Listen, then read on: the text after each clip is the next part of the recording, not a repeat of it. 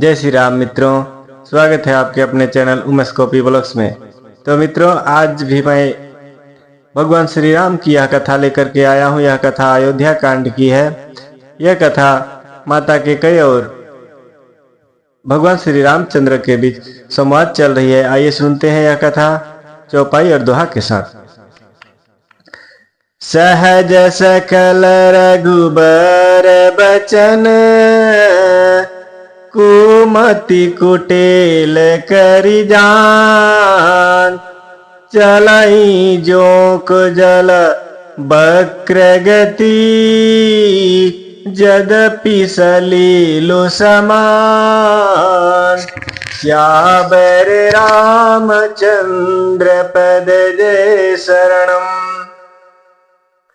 रघुकुल में श्रेष्ठ श्री रामचंद्र जी के स्वभाव से ही सीधे वचनों को दुर्बुद्धि के कई टेढ़ी ही करके जान रही है। जैसे यद्यपि जल समान ही होता है, परंतु जोंक उसमें टेढ़ी चाल से ही चलती है।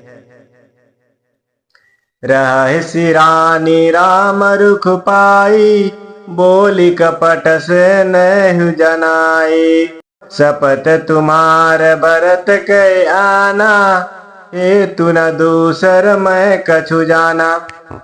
रानी कैकेयी श्री रामचंद्र जी का रूप पाकर हर्षित हो गई और कपट पूर्ण स्नेह दिखाकर बोली, तुम्हारी शपथ और भरत की सौगंध है, मुझे राजा के दुख का दूसरा कुछ भी कारण विदित नहीं है। ऐसे कहने लगी माता कैकेयी। तुम अपराध जोगु नहीं ताता, जननी जनक बंधु सुखदाता।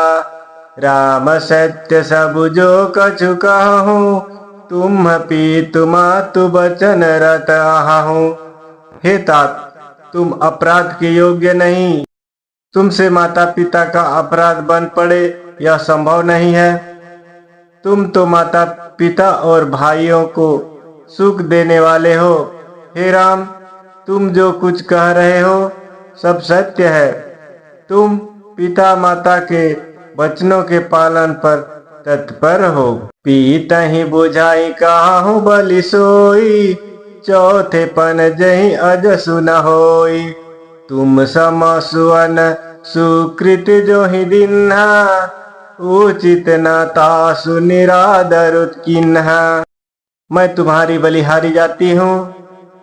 तुम पिता को समझाकर वही बात कहो जिससे चौथेपन बुढ़ापे में इनका अपसय न हो। जिस पुण्य ने इनको तुम जैसे पुत्र दिए हैं, उनका निरादर करना उचित नहीं। लागहि कुमुख बचन शुभ कैसे, मगह गया दिख तीरथ जैसे। राम ही मातु बचन सब भाए, जिमि सूर सरिगत सलिल सुहाए। कैकेयी के बुरे मुख में ये शुभ वचन कैसे लगते हैं, जैसे मगध देश में गया आदिक तीर्थ।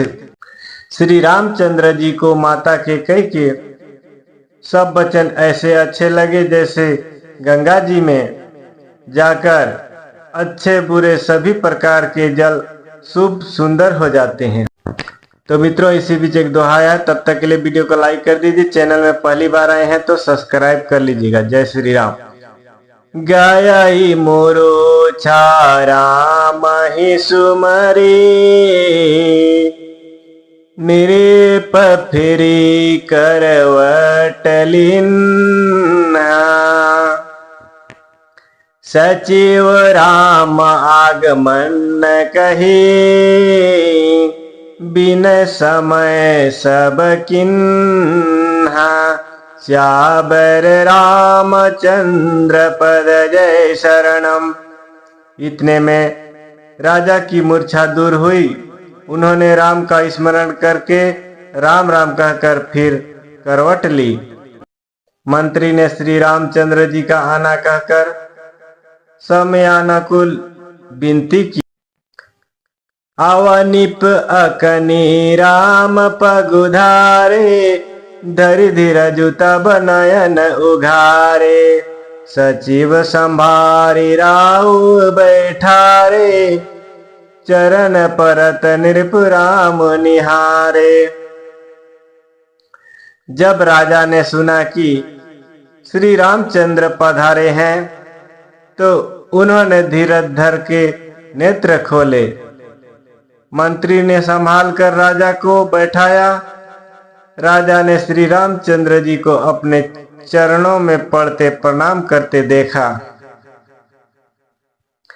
लिए सनेह बिकल उरलाई गए मनि मनहु फनिक फिरि पाई राम ही चितई रहे नर नाहु चला बिलोचन बारी प्रवाहु। इसने से बिकल राजा ने श्री राम जी को हृदय से लगा लिया, मानो सांप ने अपनी खोई हुई मणि फिर से पाली हो। राजा दशरथ श्री रामचंद्र जी को देखते ही रह गए। उनके नेत्रों से आंसुओं की धारा बह चली। शोक विवश कछु कहे न पारा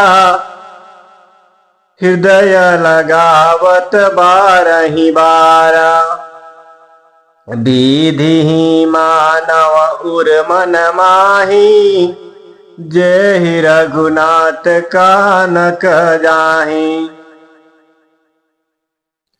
शोक में विशेष वश होने के कारण राजा कुछ कह नहीं सकते। वे बार बार श्री रामचंद्र जी को हृदय से लगाते हैं और मन में ब्रह्मा जी को मनाते हैं कि जिससे श्री रघुनाथ जी वन को ना जाएं।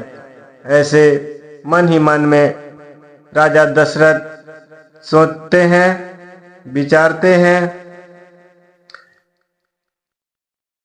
सुमेरी महेशी कहे निहोरी बिनती सुनहु सदा शिव मोरी आशुतोष तुम अवगर दानी आरती करहु दीन जन जानी।